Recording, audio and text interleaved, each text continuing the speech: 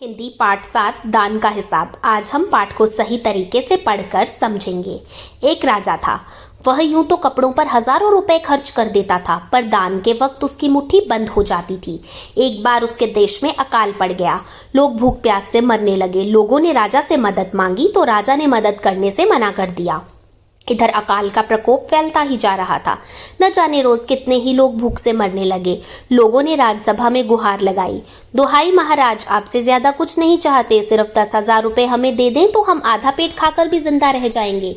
राजा ने कहा, 10,000 रुपए भी क्या तुम्हें बहुत कम लग रहे हैं? और उतने कष्ट से जीवित रहकर लाभ ही क्या है? राजा ने उन्हें वहां से भगा दिया। 2 दिन बाद एक बूढ़ा सन्यासी राजसभा में आया। उसने राजा को आशीर्वाद देते हुए कहा, दाता कर्ण महाराज, बड़ी दूर से आपकी प्रसिद्धि सुनकर आया हूँ। सन्यासी की इच्छा भी पूरी कर दे। अपनी प्रशंसा सुनकर राजा बोला, जरा पता तो चले तुम्हें क्या चाहिए? सन्यासी ने कहा, मैं राजकोष से 20 दिन तक बहुत मामूली भिक्षा प्रतिदिन लेना चाहता हूँ।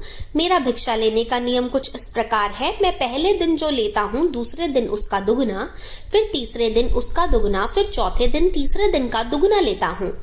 राजा बोला, तरीका तो समझ गया, मगर पहले दिन कितना लोगे, यही असली बात है। सन्यासी ने कहा, महाराज आज मुझे सिर्फ 1 रुपया दीजिए। यह सुनकर राजा ने हुक्म दे दिया कि सन्यासी के कहे अनुसार 20 दिन तक राजकोष से उन्हें भिक्षा दी जाती रहे।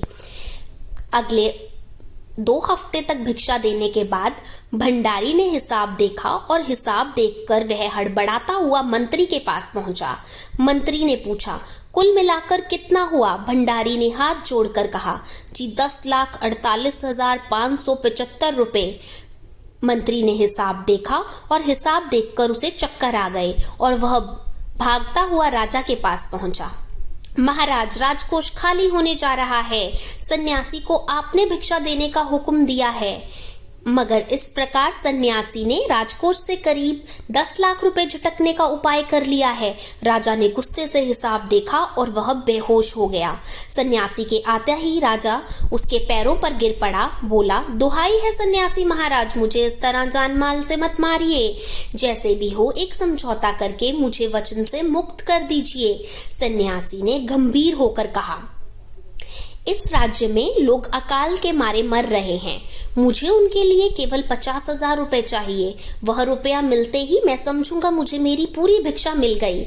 राजा ने कहा, परंतु उस दिन एक आदमी ने मुझसे कहा था कि लोगों के लिए 10,000 रुपए ही बहुत होंगे। सन्यासी ने कहा, मगर आज मैं कहता हूँ कि 50,000 से 1 रुपया कम नहीं लूंगा। राजा गिड़गिड़ाया, मगर सन्यासी अपने वचन पर डटा रहा। पूरे देश में खबर फैल गई कि अकाल के कारण राजकोष से 50,000 रुपए राहत में दिए गए हैं। सभी ने कहा, हमारे महाराज कर्ण जैसे ही दानी हैं, हमारे महाराज कर्ण जैसे ही दानी हैं। धन्यवाद।